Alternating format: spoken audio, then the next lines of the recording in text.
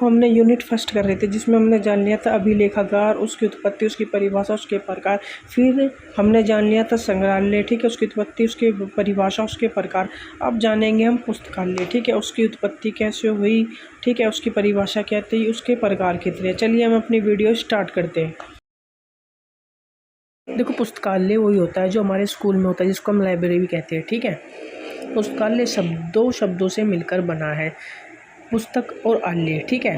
तो भाई पुस्तकालय क्या होता है उसके बारे में जान लेते हैं पहले। पढ़ने के लिए जहाँ पुस्तकों का भंडार या संग्रहण होता है उसे पुस्तकालय कहा जाता है। पुस्तकालय का अर्थ है पुस्तकों का घर, ठीक है। कभी भी देखा होगा तो हम जब लाइब्रेरी में जाते थे तो हमको वहाँ के रूल फॉलो करने होते थे, जैसे कि आप सबको पता है, ठीक है। तो उसी चीज़ के बारे में यहाँ पर बात हो रही है।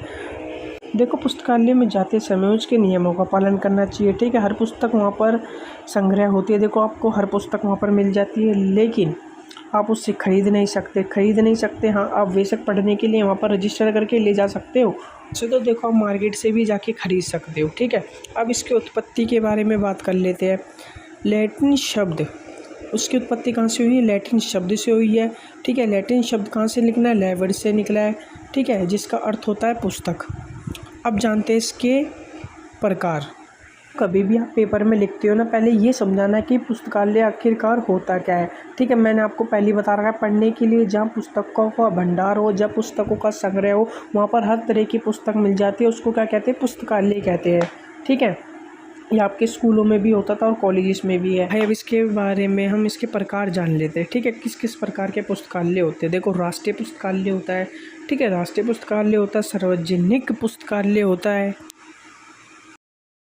व्यावसायिक पुस्तकालय होता है, चिकित्सा पुस्तकालय होता है, ठीक है, सरकारी गवर्नमेंट पुस्तकालय होता है, ठीक है, शिक्षा के क्षेत्र में पुस्तकालय होते हैं और सारे बहुत पुस्तकालय होते हैं। लेकिन यहाँ पर मैंने आपको एग्जाम्पल दे रखा है, ठीक है। देखो, मैंने इसको डीप में समझाया नहीं है और समझाने की ज़रूरत भी नहीं है, ठीक है। आप कॉलेज के स्टूडेंट हो, आप बना के लिख सकते हो। अब जानते हैं अभिलेखागार और संग्रहालय और पुस्तकालय में आखिरकार अंतर क्या है, ठीक है भाई। अब जानते हैं हम अभिलेखागार आखिरकार होता है क्या, क्या इनमें अंतर है, ठीक है, तीनों में।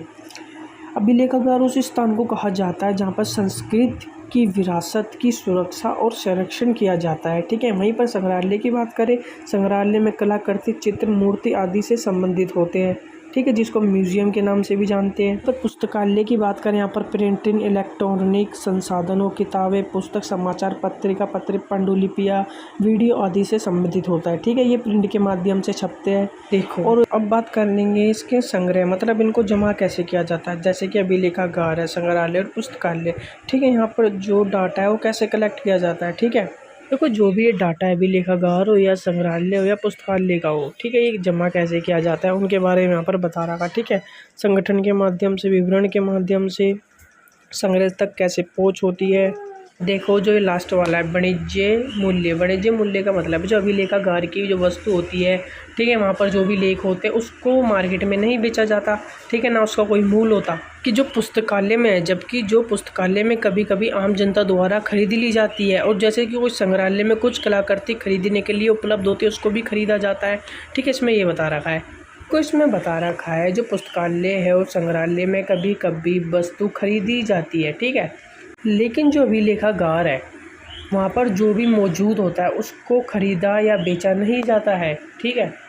संग्रह का मतलब होता है इकट्ठा करने के अलग अलग तरीके। जैसे मैं एग्जाम्पल दे दूँ, पांडुलिपि के छोटे टुकड़े, ठीक है। तो जो टुकड़े हैं उसको जोड़ने का काम एक संगठन को दे दिया, ठीक है, और जो उसकी कवरिंग का काम किसी और को दे दिया, ठीक है, उसके प्रिंट का काम किसी और को दे दिया, ठीक है। तो इसमें ये बताया गया है कि संग्रह के प्रकार, ठीक है। देखो, जो संग्रह के तरीके, इकट्ठा करने के तरीक़ों को अलग अलग बांट लिया जाता है, ठीक है। अब मिलते हैं हमारे नेक्स्ट वीडियो में। जय हिंद, वंदे मातरम। वीडियो कैसी लगी कमेंट सेक्शन में बताना, सब्सक्राइब कर लेना चैनल को और लाइक कर देना और फ्रेंड सर्कल में सेंड कर देना, ठीक है भाई। मिलते हैं नेक्स्ट वीडियो में। पर मैं पुस्तकालय की बिल्कुल ईजी लैंग्वेज में तो आपको बता दूँ, तो पुस्तकालय जहाँ पुस्तक पाई जाती है।